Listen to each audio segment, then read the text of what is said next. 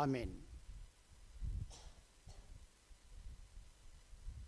దైవజనుడు బక్సింగ్ అంకులకు అనుగ్రహించిన అద్భుతమైన ప్రత్యక్షత దర్శనం ఏంటంటే అపోస్తుల కార్యములు 2వ అధ్యాయము 42వ వచనం.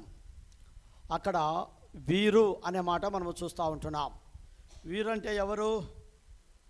రక్షణ పొందినవారు, మారు మనసు పొందినవారు, బాప్తిసము తీసుకున్నవారు. వీరు అపోస్తుల బోధ యందును, సహవాసమందును, రొట్టె విరుచుట యందును, ప్రార్థన చేయుట యందును ఎడతెగక ఉన్నట్లుగా దేవుని యొక్క వాక్యంలో మనము చూడగలుగుతుంటున్నాం. అనగా మనకు ముందు ఆది సంఘము, దేవుని బిడ్డలు అలాగున ఉంటూ వచ్చినట్లుగా మనము చూడగలుగుతుంటున్నాం. ఈ రాత్రి ఏలిం ప్రార్థన మందిరముగా దేవుని బిడ్డలముగా మనము ప్రార్థనకు చేరువచ్చి ఉంటున్నాం. దేవుని బిడ్డలారా, ఈ ప్రార్థన ద్వారా మనకు కలిగే మేలులేమిటి అనేది బైబిల్ గ్రంథంలో కొన్ని సంగతులు మనం ధ్యానించుకుంటూ వద్దాం.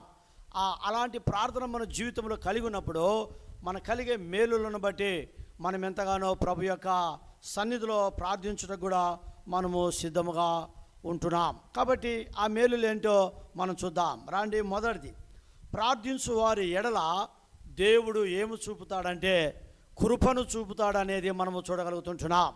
ఏ వ్యక్తి అయితే మంచి ప్రార్థన పరుడుగా ఉంటాడో ఆ వ్యక్తికి దేవుని యొక్క కృప ఉంటున్నదని బైబిల్ గ్రంథంలో మనం చూస్తాం. చదవండి, రోమిల్ రాసిన పత్రిక 10వ అధ్యాయం 12వ వచనం. రోమిల్ రాసిన పత్రిక 10వ అధ్యాయం 12వ వచనం చదవండి. యూదుడని గ్రీసు దేశస్థుడని భేదము లేదు, ఒక్క ప్రభువే అందరికీ ప్రభువయుండి తనకు ప్రార్థన చేయువారందరి ఎడల కృప చూపుటకు ఐశ్వర్యవంతుడై ఉన్నాడు. కాబట్టి మొదటిది, ప్రార్థన జీవితం కలిగి ఉన్న వారిలో కలుగుతున్న అద్భుతమైన మేలులు ఏంటంటే తనకు ప్రార్థన చేయువారి ఎడల ఆయన ఏమి చూపుతాడంట చెప్పండి? కృపను చూపుతాడు. కాబట్టి దేవుని కృప మనకు కావాలంటే మనం ఏం చేయాలా? ప్రార్థన చేయాలా. ప్రార్థన మనము చేసినప్పుడు దేవుని కృప మనకు తోడై ఉంటుంది, లేడు దేవుని కృపను మనకు అనుగ్రహిస్తాడు. దేవుని బిడ్డలారా, ఈరోజు మనము ఈ టయానికి, ఈ నిమిషమునకు, ఈ గడియకు మనము బ్రతికి ఉన్నామంటే కేవలము దేవుని కృప. కాబట్టి పౌలు అంటాడు, నేను ఏమి అయి ఉన్నానో కేవలం అది దేవుని కృప అయి ఉన్నానని అంటాడు. కాబట్టి ఈ దినం మనం ఇలాగున్నామంటే అది దేవుని కృపనే. ఈ రాత్రికాల సమయంలో దేవుని కృప నీకు నాకు కావాలంటే మనం ప్రార్థన చేయాలా. ప్రార్థన చేయువారికి ఆయన కృప ఎంత ఐశ్వర్యవంతులుగా చేస్తాయో దేవుని వాక్యంలో మనం చూడగలుగుతాం. ఆయన కృప మనకు తోడుగా ఉంటుంది. ఆయన కృప బలహీనతలలో మనల్ని బలపరుస్తుంది. బైబిల్ గ్రంథంలో ఆయన కృప ఉదయకాలమున మన జీవితంలో ఎంతో తృప్తిపరుస్తుంది. అంటే సమయం లేదు కాబట్టి మీకు నేను చెప్తా ఉంటున్నాను అర్థమయ్యే దాని కొరకాయ. ఒక మాట అంటాడు లూకా రాసిన సువార్త 2వ అధ్యాయం. దయచేసి చూడండి, లూకా రాసిన సువార్త 2వ అధ్యాయము 40వ వచనం. లూకా రాసిన సువార్త 2:40 చదవండి. అమ్మా, ఆ బాలుడు ఆ నిండుకొనుచు ఎదిగి బలము పొందుచుండెను. దేవుని దయ. దేవుని దయ అంటే కృప, దయ, కనికరము, వాత్సల్యత, ఇవన్నీ బైబిల్లో పర్యాయ పదాలు. కాబట్టి దేవుని యొక్క దయ వారిపై ఉంటుంది. ఎవరిపై ఉంటుంది? ప్రార్థన చేయువారిపై. కాబట్టి ప్రియ సహోదరుడా, సహోదరి, ఈ రాత్రికాల సమయంలో దేవుని సంఘమైన నీవు నేను ప్రార్థన జీవితమును కలిగి ఉంటే మనకును, మన కుటుంబమునకు, మన సంఘమునకు ఆయన కృప మనకు ఎంతైనా ఉంటుందన్నమాట. కాబట్టి ఆయన కృప లేకపోతే మనం ఏమీ చేయలేం. అది బైబిల్లో ఒక మాట ఉంది, పాపము ఎక్కడ విస్తరిస్తుందో కృప అపరిమితముగా విస్తరించునని దేవుని యొక్క వాక్యంలో మనము చూడగలుగుతూ వస్తాం. కాబట్టి దేవుని కృప నాకు కావాలా. ఒకవేళ ఏదైనా మన జీవితంలో పొందినామంటే ఇది కేవలం దేవుని దయ వలన, కృప వలన నేను ఇది పొందినాను, ఇది దేవుడు నాకు అనుగ్రహించినాడు అని చెప్పగలుగుతూ రావాలా. కాబట్టి ఏదో మన భక్తి, మన యొక్క శక్తి, మన ప్రార్థన ద్వారా కాదు, దేవుని కృప ద్వారానే మనము పొందినామనేది, ప్రార్థన ద్వారా ఆ కృపను పొందినామనేది ఎరుగుతూ రావాలి. అందుకే పౌలు అంటాడు, ఆ కృప మనకి ఎప్పుడు అనుగ్రహిస్తాడంట. కొరింథీయులకు రాసిన మొదటి పత్రిక 12వ అధ్యాయం, క్షమించండి, 2 కొరింథీ 12వ అధ్యాయం, 2 కొరింథీ 12వ అధ్యాయము 9వ వచనం, 12:9. అందుకు నా కృప నీకు చాలును, బలహీనతల యందు. కాబట్టి నా శక్తి ఏమవుతుందంట, పరిపూర్ణమగుచున్నదని. కాగా చాలు. కాబట్టి ప్రియ సహోదరుడు సహోదరి, నా కృప నీకు చాలును. ఎప్పుడు? బలహీనతలలో. చెప్పండి, ఎప్పుడు? కాబట్టి మనకి ఏదైనా బలహీనత ఉన్నప్పుడు, ఏదైనా మన జీవితంలో కృంగుదల ఉన్నప్పుడు, తర్వాత అనేకమైన శోధనలలో కష్టములలో మనం వెళ్ళినప్పుడు మనం ఏం చేయాలా? ప్రార్థన చేయాలా. ప్రార్థన చేసినప్పుడు ఆ బలహీనతలలో, ఆ కష్టములలో, ఆ వ్యాధులలో, ఆ సమస్యలలో, ఆ బాధలలో దేవుడు మనకి ఏమనుగ్రహిస్తాడు? కృపను అనుగ్రహిస్తాడు. చెప్పండి, ఏమనుగ్రహిస్తాడు? కృపనిస్తాడు. కాబట్టి ఆయన కృప ఎంతైనా అవసరం. ఉదయకాలం లేవగానే కూడా, ప్రభా ఈ దినం నేను బ్రతికినానంటే, నా కుటుంబం బ్రతికిందంటే కేవలము నీ కృపయ్యా, నీ దయయ్యా, నీ వాత్సల్యతనయ్యని మన జీవితంలో ప్రభును ఎంతైనా ఆరాధించాలా. కాబట్టి నెంబర్ 1, ప్రార్థన చేసే వారికి దేవుని కృప తనకు ఐశ్వర్యముగా దేవుడు అనుగ్రహించేవాడుగా ఉంటున్నాడు. రండి, రెండవది, ప్రార్థన చేయవారి ఎడల దేవుని యొక్క మేలు ఏంటి అనేదంటే ఇక్కడ మనం చూస్తాం. ఫిలిప్పీయులకు రాసిన పత్రిక 4వ అధ్యాయం 7వ వచనం. ఫిలిప్పీయులకు రాసిన పత్రిక 4వ అధ్యాయం.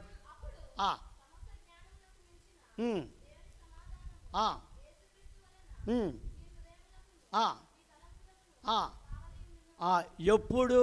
అప్పుడంటే ఎప్పుడు? చదవండి 6వ వచనం. దేనిని గూర్చియు చింతపడకుడి గాని ప్రతి విషయంలోనూ ప్రార్థన విజ్ఞాపనల చేత కృతజ్ఞతాపూర్వకముగా మీ విన్నపములు దేవునికి, మన ప్రార్థన, కృతజ్ఞత స్థుతులు దేవునికి విన్నపములను తెలియజేసినప్పుడు ఆ ప్రార్థన మన హృదయములకును మన తలంపులకును ఎట్లుంటుందంట? కావలి. కాబట్టి ప్రార్థన మనలను కాపాడేదిగా ఉంది, ప్రార్థన మనలను కాచేదిగా ఉంది. ఈ రాత్రికాల సమయంలో ప్రియ సహోదరుడా సహోదరి, అందుకే మనం ఎక్కడికైనా పోయినప్పుడు ఏం చేసుకుంటాం? ప్రార్థన చేస్తాం. నువ్వు ఇంట్లో నుంచి బయటికి వెళ్ళు. చాలామంది ఎప్పుడు ప్రార్థన చేసుకుంటారంటే ఊర్లోకి పోయేటప్పుడు ప్రార్థన చేసుకుంటారు. ప్రభా మేము ఊరికి పోతున్నాం నాయనా, యాక్సిడెంట్లు కాకుండా కాపాడు ప్రభా, బస్సు కానీ రైలు కానీ. నువ్వు ఇంట్లో నుంచి బయట అడుగు పెట్టినావంటే నీకేముండాలా? ప్రార్థన ఉండాలి. కాబట్టి దేవుని సన్నిధిలో మనం ఎప్పుడైతే ప్రార్థన జీవితమును కలిగి ఉంటామో, ఈ విన్నపములు లేకుంటే కృతజ్ఞతాస్తుతులు అర్పించేవారుగా ఉంటామో, ఈ ప్రార్థన మన హృదయములకును మన తలంపులకును. ఎందుకు హృదయం తలంపులకు కావలి ఉంటుంది? ఆ బాడీకంతా, మన బాడీకంతా కాపుదల కావాలి కదా. ఓన్లీ ఇక్కడ హృదయము తలంపని పెట్టాడే. అనేక సందర్భాల్లో మన హృదయాలు ఏమైపోతాయి చెప్పండి? తప్పిపోతాయి. మన హృదయం అన్నిటికంటే మోసకరమైనది. కాబట్టి దేవుని బిడ్డలారా, అన్నిటికంటే ముఖ్యంగా మన హృదయమును భద్రముగా కాపాడుకోమని సామెతల గ్రంథంలో రాస్తూ వస్తాడు. హృదయంలో ఏముంటున్నాయి? దురాలోచనలు, జారత్వములు, దొంగతనములు, నరహత్యలు, వ్యభిచారములు, లోభములు, చెడుతనము, కృత్రిమము, కామవికారము, మత్సరము, దేవదూషణ, అహంభావమును, అవివేకమును వచ్చును. మార్కు 7:21 అద్భుతమైన 13 విధములైన పాపాలు రాస్తాడు అక్కడ. కాబట్టి అనేక సందర్భంలో హృదయములలో మనము తప్పిపోతున్నాం. హృదయం అపవిత్రము చేయబడుతూ వస్తుంది. ఈ ప్రార్థన అనేది మన హృదయమును పాపమును చేయకుండా, మన హృదయం అపవిత్రము కాకోకుండా ఈ ప్రార్థన మనకి ఎంతో కాపుదలగా ఉంటుంది. అనేక సందర్భాల్లో మన తలంపులలో, మన ఊహలలో, మన ఆలోచనలలో మనం తప్పిపోయేవారంగా ఉంటున్నాం, పాపములో పడేవారంగా ఉంటున్నాం. దేవా, నా తలంపులను, నా ఊహలను, నా హృదయమును, నా జీవితమును కాపాడని ప్రార్థన చేయగలిగినప్పుడు ఈ ప్రార్థన మన హృదయములను మన తలంపులకు చెప్పండి కావలి కాస్తుంది. అనేక సందర్భాల్లో మన జీవితంలో మన హృదయాన్ని, మన తలంపును, మన ఆలోచనను ఎలా ఉన్నదో మనం గ్రహించాం. ఏదో ప్రార్థన చేస్తాం, ప్రభా మందిరం కొరకు, సంఘ వాగ్దానం కొరకు, వారి కొరకు, వీరి కొరకు. ఫస్ట్ ప్రభు నేను ఎక్కడ తప్పోయినా, నా స్థితి ఎలాగుంది, నా పరిస్థితి ఎలాగుంది, ప్రభు దగ్గరికి రా, ప్రభుని అడుగు. కాబట్టి హృదయ శుద్ధి గలవారు ధన్యుల వారు దేవుని ప్లీజ్ సహోదరుడా సహోదరి. రెండవది, ఈ ప్రార్థన ఏం చేస్తుంది చెప్పండి? ఏం చేస్తుంది? సాల్మోనయ ఉన్నాడా? హృదయమును తలంపులకు ఏం చేస్తుంది? కావలి కాస్తుంది. అర్థమైందా? కావలి కాస్తుంది. కాబట్టి ఇవి ఎంతో మనము కాపాడుకుంటూ రావాలా. ప్రార్థన చేస్తారు. ప్రార్థన చేసేటప్పుడు ఈ మాట కూడా చాలా సందర్భాల్లో వాడుతుంటారు. చదవండి కీర్తన 121:4. కీర్తన 121:4 చదువునైనా త్వరగా. కీర్తన 121:4. ఇశ్రాయేలీలను కాపాడువాడు కునకడు. ఒకవేళ ఆయన కునికినాడు అనుకో, నిద్రపోయినాడు అనుకో, మనం ఏమైపోతాం? మనం కూడా కునికినట్టే అయిపోయాం. ఆయన కునికి నిద్రపోయినాడా దేవుడు? చూడండి, పాపం దేవునికి నిద్రే లేదు. మనమైతే మందిరానికి వస్తేనే తూగుతూ ఉంటాం, నిద్రపోతూ ఉంటాం. అర్థమవుతుందా? ఆయన 24 hours ఏండ్ల తరబడి ఈ లోకము గతించేంత వరకు దేవునికి నిద్రే లేదు. ఎందుకు? ఇదిగో నా బిడ్డలను నేను కాపాడాలా. నేను కునికినానంటే, నేను నిద్రపోయినానంటే నా బిడ్డలకి ఏమవుతుందో. ఎంత గొప్ప దేవుడు మనకు అంత కాపుదలుగా ఉంటున్నాడో. కాబట్టి చదవమాట, యెహోవా ఇశ్రాయేలీలను కాపాడువాడు కునకడు, నిద్రపోడు. ఈ నేటి దినానికి మనం కాపాడబడుతూ ఉన్నామంటే ఆయన మన ఎడల ఎంత గొప్ప దేవుడిగా ఉన్నాడో జ్ఞాపకం చేసుకుందాం. కాబట్టి మొదటిది, ప్రార్థన చేసే వారికి దేవుని కృప ఉంటుంది. రెండవది, ప్రార్థన జీవితం కలిగిన వారికి ఏం భాస్కర్ ఏముంటుంది? భాస్కర్ అంటే మీద ఏముంటుంది? అదే నాకు వినపడాలా. ఎందుకు నేను హెచ్చరిస్తా అంటానంటే, మీరు వాక్యపు యొక్క అవగాహనలో ఉండారా లేదా నా యొక్క బుద్ధి అది గుర్తుపెట్టుకోండి. ఎందుకంటే మీరు అట్లా ఉంటే ఓహో వీళ్ళు బాగా వింటున్నారు, వీళ్ళకు ఇది అనేది నాదే. ఓకేనా? కాబట్టి రెండవది, ప్రార్థన అనేది మన జీవితంలో ఉంటే అది మనం కాపాడేది. కాబట్టి ఎక్కడికి వెళ్ళినా మనము ప్రార్థన చేసుకొని వెళ్ళాలి. చాలా సందర్భాల్లో మనము పోయేటప్పుడు ప్రార్థన చేసుకుంటాం, కానీ వచ్చిన తర్వాత మర్చిపోతూ ఉంటాం. అవును కదా? వస్తానే ఏమవుతాం? మర్చిపోతాం. అంటే పోయేటప్పుడు ఎంతో అమ్మా ఈ ప్రార్థన చేసుకోకుండా ఎట్టున్నానని ఆ భయంతోనేమో చేసుకుంటాం. వచ్చిన తర్వాత కూడా, ప్రభా నువ్వు నన్ను ఎలాగ తీసుకుని వెళ్ళావో అలాగ మళ్ళీ నడిపించావు, నువ్వు నన్ను కాపాడినావు, భద్రపరిచినావు, తోడుగున్నావు అని ఎంతో ప్రభు దగ్గర ప్రార్థన చేయడం అవసరం. ఈ ప్రార్థన అనేది మనలను, మన కుటుంబములను, దేవుని సంఘమును ఎంత అది కాపాడేదిగా ఉన్నదో మనం చూడగలుగుతున్నాం. గద్ద ఏం చేస్తుంది? కోడి తన పిల్లలను రెక్కల కింద ఏం చేస్తుంది? కాపాడ. పైన గద్ద వచ్చి ఆ యొక్క పిల్లలను తీసుకొని వెళ్ళకుండా తన రెక్కల కింద మనలను కాపాడుతాడు. అందుకే తన రెక్కల క్రింద ఆశ్రయము, తన రెక్కలతో కప్పును, తన రెక్కల క్రింద ఆశ్రయము, తన రెక్కలతో కప్పును.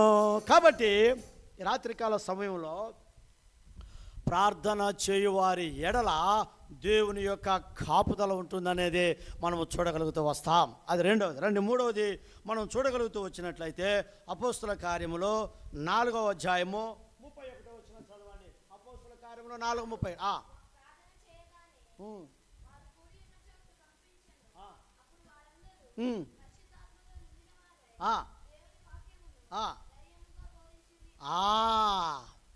ప్రార్థన ఎవరైతే కలిగిన వారుగా ఉంటారో వారి జీవితంలో ఏముంటుంది? ధైర్యం. చెప్పండి, ఏముంటుంది?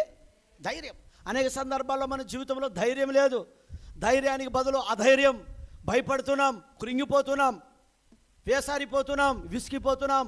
ఏంటి అబ్బా, నా కుటుంబ పరిస్థితి ఇంతేనా, నా పిల్లల పరిస్థితి ఇంతేనా, నా జీవితంలో లేకుంటే ఆర్థికంగా, ఆధ్యాత్మికంగా అన్ని విధాలుగా నా పరిస్థితి ఇంతేనా అని రోగముల చేత, సమస్యల చేత, ఎన్నో పరిస్థితుల చేత నీ జీవితంలో కృంగిపోవలసిన అవసరత లేదు, చింతించాల్సిన అవసరత లేదు. నిజంగా దేవుని బిడ్డలంగా చేయబడిన నీవు నేను ప్రార్థన జీవితం కలిగి ఉన్నప్పుడు ప్రార్థన జీవితము మనకేం పుట్టిస్తుంది? ధైర్యం. నా దేవుడు ఉన్నాడు, నేను ప్రార్థన చేస్తున్నా, ఏ అక్కరైనా, ఏ అవసరత అయినా, ఏ సమస్య అయినా, అది ఏ పరిస్థితి అయినా దేవుడు తీర్చగలడు. అదే నా జీవితంలో నెరవేర్చగలడు, నాకు సహాయం చేయగలడు అనేది ఎవరి జీవితంలో ప్రార్థన జీవితం ఉంటుందో వారి జీవితంలో ధైర్యముగా ఉంటారు. ఈనాడు మన జీవితంలో దేవుని బిడ్డలారా ఇటువంటి ధైర్యమును కలిగి ఉండాలని దేవుని యొక్క వాక్యంలో మనము చూడగలుగుతూ ఉంటున్నాం. కాబట్టి ఈ రాత్రికాల సమయంలో మూడవ యొక్క సంగతి, ప్రార్థన జీవితం కలిగి ఉన్న వారిలో ధైర్యం ఉంటుంది. వారు జడియరు, భయపడరు, జంకరు, ఎన్ని విషయాల్లో కృంగిపోరు. నా దేవుడున్నాడు, నేను ప్రార్థన చేస్తున్నా, ఈ ప్రార్థనే నీకు ధైర్యం ఇస్తుంది, భయపడొద్దని ఎన్నో వాగ్దానాలు బైబిల్ గ్రంథంలో రాయబడుతూ వచ్చినాయి. చూడండి, సంవత్సరానికి ఎన్ని దినాలు? 365 దినాలు. 365 దినాలు బైబిల్లో భయపడకు భయపడకు భయపడకు భయపడకని దేవుని యొక్క వాక్యములో ఉంది, మీరు చదివితే. కాబట్టి ప్రతి పరిస్థితులలో దేవుడు మనలను ధైర్యపరిచేవాడు, భయపడద్దని అభయం ఇచ్చేవాడు. కాబట్టి ఎవరి జీవితంలో ప్రార్థన జీవితం ఉంటుందో అది ఏ పరిస్థితులలోనైనా వారికి ఏముంటుందంటే ధైర్యం ఉంటుంది, ధైర్యం ఉంటుంది. అన్ని విషయములలో వారు ధైర్యముగా ఉండగలరు. వారి ధైర్యమే వారికి ఏమిస్తుంది చెప్పండి? విజయమునిస్తుంది. వెళ్ళెదము మరి ధైర్యముతో, కృపాసనము చేరను. వెళ్ళెదము మరి కృపాసనము చేరను. కాబట్టి మనము ధైర్యముగా వెళ్ళాలా. ఏ విషయంలో అధైర్య పడకూడదు. ప్రభు అంటాడు, భయపడుకుడి, ధైర్యముగా ఉండుడి, నేనే దేవుడను. ఈ రాత్రికాల సమయంలో మూడవది, ప్రార్థన జీవితము కలిగిన వారిలో ధైర్యం ఉంటుంది. దానికి ఒక మాట చదవండి. ఎఫెసీయులకు రాసిన పత్రిక 3వ అధ్యాయము 12వ వచనం. ఎఫెసీ 3:12. అమ్మా, ఆయన యందలి విశ్వాసము చేత ధైర్యమును, నిర్భయమైన ప్రవేశమును, అది ఆయనను బట్టి మనం ఏం తెచ్చుకోవాలా? ఏం దానిలయ్యా? యేసయ్యను బట్టి, దేవుని బట్టి ఏం తెచ్చుకోవాలా? మనం ధైర్యం. ధైర్యం తెచ్చుకోవాలంటే ఏం కావాలా? దానిలో చెప్తాడు. Very good. ఏం కావాలా? ప్రార్థన. ప్రార్థన ఉండేవానికి ధైర్యం ఉంటుంది కదా. అక్కడ అంటాడు మళ్ళీ విశ్వాసం. ఏమంటాడు ఆ మాటలో? విశ్వాసం. మళ్ళీ చదువు. ఆయన యందలి విశ్వాసము చేత. ఆయన యందలి విశ్వాసం ఎట్లా వస్తుంది? నువ్వు అడిగిన వాటన్నిటిని పొంది ఉన్నామని ఏముంచాలా? విశ్వాసం ఉంచాలా. ప్రార్థన ఉంటే నీకు విశ్వాసం ఉంటుంది. నా ప్రభు నాకు ఇస్తాడు, నా ప్రభు నాకు చేస్తాడు. ఆ ప్రార్థన ద్వారా రెండవది నీకు ధైర్యము ఉంటుంది. ఈ విశ్వాసం నిన్ను ధైర్యపరుస్తుంది. నీ విశ్వాసమే నీకు కలుగునుగాక, నీ విశ్వాసమే నిన్ను స్వస్థపరచునుగాక. నేడు దినాల్లో చాలామంది మన జీవితంలో ప్రభువును అంగీకరించి దేవుని యందు ఇటువంటి ప్రార్థన విశ్వాసం లేని కారణమును బట్టి మనం ఏమీ పొందలేకపోతున్నాం. ప్రియ సోదరుడా, సహోదరి, మూడవది, ప్రార్థన జీవితం కలిగిన వాడు ధైర్యముగా ఉంటాడు. నీతిమంతుడు సింహము వలె. చెప్పండి. మీరు నీతిమంతులు అయిన వాళ్ళు చేతులు ఎత్తండి. మేము నీతిమంతులం అనే వాళ్ళు చేతులు ఎత్తండి. కాబట్టి మీరందరూ సింహాలే. మీరందరూ ఎవరు? సింహాలే కదా. సింహాలని మళ్ళీ ఇంట్లో పోయి ఒకరొకరు కొట్టుకుంటారు. నీతిమంతుడు. కాబట్టి సింహం వలె ధైర్యం. అంటే సింహం ఎలాగో ధైర్యంగా ఉంటుందో ప్రభుని అంగీకారం. ఎందుకంటే యేసుక్రీస్తు ప్రభు కొదమ సింహం, ఆయన పిల్లలమైన మనము సింహాలం. నీతిమంతుల ప్రార్థన దేవుడు ఆలకించును, పాడుతూ వస్తాం. కాబట్టి ప్రియ సహోదరుడ, సహోదరి, మూడవది ప్రార్థన జీవితము ధైర్యమునిచ్చేది ఉంది. ఒక మాట చూసుకొని మనం ప్రార్థనలోకి వెళ్దాం. నాలుగవది రండి. నాలుగవ సంగతి, ప్రార్థన జీవితం కలిగిన వారు ఏమిటంటే ఎక్కడ ద్వారములు మూయబడి ఉంటాయో ద్వారములన్నీ తెరవబడతాయి. దేని ద్వారా? ప్రార్థన ద్వారా. దేని నిమిత్తము ద్వారమును మూయబడతాయో ఆ ద్వారములు తెరవబడతాయి. అద్భుతమైన కార్యము చేయగలుగుతాడు దేవుడు. ఆది కాండము 20 చూడండి, 5వ అధ్యాయం 21 వచనం. 25-21 చదువు నాయన. ఆది కాండం. అమ్మా,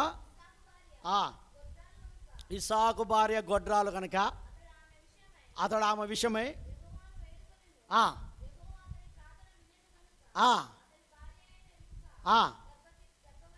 బా ఇస్సాకు ఏం చేసినాడు చెప్పండి? ఏం చేశాడు? ఏమ్మా తల్లి? ఎవరో చెప్పారు ఒకరింటి పోతే, అన్న మా కోడలికి 7 ఏళ్ళు అయింది, ఆ బిడ్డలు పుట్టలేదని. దేవుడు ఇస్తాడని చెప్పిన ప్రార్థన ద్వారా గర్భఫలము తెరవబడుతుంది. ప్రార్థన ద్వారా దేవుడు ఏవైతే మూయబడ్డాయో దాన్ని తెరవగలడు. ఎక్కడ సువార్త మూయబడుతుందో అక్కడ ద్వారములో తెరవగలడు. అయితే దీనికి ప్రార్థనలో అంత శక్తి ఉంది. దైవజనుడు భక్సింగ్ గారు మన హెబ్రోన్ ఫెలోషిప్లో ఏంటి అంత ప్రాముఖ్యమైనదంటే, ఏదో ఇంత గంటల తరబడి బోధించేది కాదు, కానీ మోకాళ్ళ మీద గంటల తరబడి ప్రార్థన జీవితం లేనివాడు నిష్ప్రయోజకమైన వాడు. ప్రార్థన జీవితం లేనివాడు దేవుని శక్తి లేనివాడు. ప్రార్థన జీవితం లేనివాడు తాను జీవించుచున్నాడని కానీ పేరున్నది కానీ తాను మృతుడు. రాత్రికాల సమయంలో ప్రియ సహోదరుడా సహోదరి, ఎవరి జీవితంలో ప్రార్థన ఉంటుందో, నీ కుటుంబ అక్కర్ల విషయంలో, నీ వ్యక్తిగత అక్కర్ల విషయంలో ఏమి ముయ్యబడి ఉందో దేవుడు ద్వారం తెరుస్తాడు. రిబకా గర్భఫలమును దేవుడు ఏం చేశాడు? తెరిచినడా లేదా? మరి రాత్రి మనకు అటువంటి విశ్వాసం కావాలా? ప్రభా, ఏ విషయంలో, నా విషయంలో, నాకు కుటుంబంలో ద్వారములు మూయబడ్డాయో, ఏ వ్యక్తులు మూస్తున్నారో, నా జీవితంలో ఎంత నష్టం తీసుకుని వస్తుంటున్నారో, ఈ ప్రార్థన ద్వారా నువ్వు తెరవగలవు. ప్రార్థనలో అంత శక్తి ఉంది. ప్రియ సహోదరుడా సహోదరి, రాత్రి 4వ యొక్క మాట, ప్రార్థన ద్వారా ద్వారములు తెరవబడును. అదే గర్భఫలమే కావచ్చు, అక్కర్లే కావచ్చు, అవసరతలే కావచ్చు, శత్రువులు ఏ విధంగా నీకు ఆశీర్వాదములు రాకుండానో, లేకుంటే నీకు సహాయం రాకుండానో, సువార్త విషయంలో కావచ్చు, ఏ విషయంలోనైనా కావచ్చు, ముయబడి ఉన్నాయో వాటిని తెరుస్తాడు. హన్న ప్రార్థన చేసింది, ద్వారం తెరిచినాడు. చదవండి, 1వ అధ్యాయంలో ఒక మాట అంటాడు. 1 సమూయేలు గ్రంథం 1వ అధ్యాయం 20వ వచనం. 1 సమూయేలు గ్రంథం 1వ అధ్యాయం 20వ వచనం.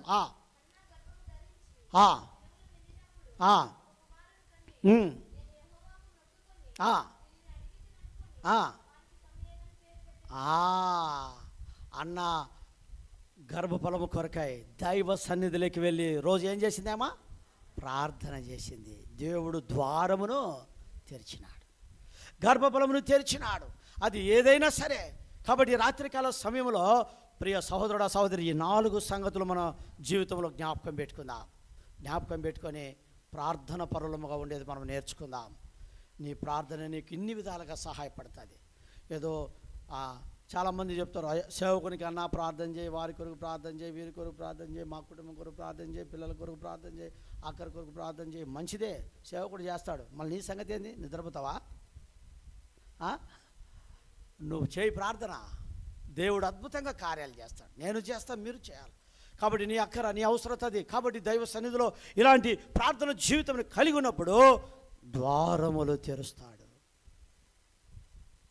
అవి ఎన్నైనా సరే, దేవునికి అసాధ్యమైనది ఏదియో లేదు, సమస్తమును సాధ్యం. బైబిల్ గ్రంథంలో లూకా రాసిన సువార్తలు కూడా జకరియా, ఎలిజబెత్ విషయంలో మనం చూస్తాము. గర్భఫలం లేదు, దేవుడు ద్వారమును తెరిచాడు. వాళ్ళ పరిచర్ను బట్టి, వారి ప్రార్థన బట్టి, వారి ధూపమును బట్టి అద్భుతంగా యోహానునిచ్చాడు కదా. రాత్రికాల సమయంలో ప్రభు ఏలిం విషయంలో, నా కుటుంబ ఏలిం దేవుని సంఘం విషయంలో, నా కుటుంబ విషయంలో, వ్యక్తిగత విషయంలో ఇటువంటి ప్రార్థన జీవితమును మేము కలిగి ఇట్టి మేలులు మేము పొందుటకు సహాయం చేయని రాత్రికాలం మనం ప్రార్థనకి వెళ్దాం, ప్రార్థన చేద్దాం. దేవుడు గొప్ప కార్యాలు చేస్తాడు. దైవజనుడు భక్సింగ్ గారికి అనుగ్రహించిన ప్రత్యక్షత దర్శనము అపోస్తుల కార్యములు 2:42 అపోస్తుల బోధ ఎందును, సహవాసముందును, రొట్టె విరుచుట ఎందును, ప్రార్థన చేయటందును ఎడతెగక కలిగి ఉండేను. చెన్నై పట్టణంలో కాన్వకేషన్ జరుగుతూ ఉంది. ఫస్ట్ కాన్వకేషన్ చెన్నై పట్టణంలో, మద్రాస్ అనేవాళ్ళు అప్పుడు, ఇప్పుడు చెన్నై అని పెట్టారు. అర్థమైందా? కాబట్టి ఓ రోజు మధ్యాహ్నం భోజనం పెట్టేదానికి ఏమీ చెప్పండి లేదు. దానికి ఎవరికైతే బాధ్యత అప్పగించినారో వారు చేతులు నలుపుకుంటున్నారు. మధ్యాహ్నం భోజనం ఉండాలా. ఓ వేల మంది, లక్షల మంది జనాలు వచ్చారు. దైవజనుడు వాక్యం బోధిస్తూ ఉన్నారు. 2 అయింది, 3 అయింది, 4 అవుతా ఉంది, ఏం లేదు. కానీ ప్రజలు లేలే. దేవుడు భక్సింగ్ గారు మోకాళ్ళ మీద ప్రార్థన చేస్తున్నారు. ఈ ఎవరికైతే బాధ్యత అప్పగించినారో వీరు వెళుతారు, చూస్తారు, ఆయన లేస్తాడేమో ఆయనకు చెప్దామని చూస్తే ఆయన మోకాళ్ళ మీద ప్రార్థనలోనే ఉన్నాడు. వీరు వెళుతున్నారు.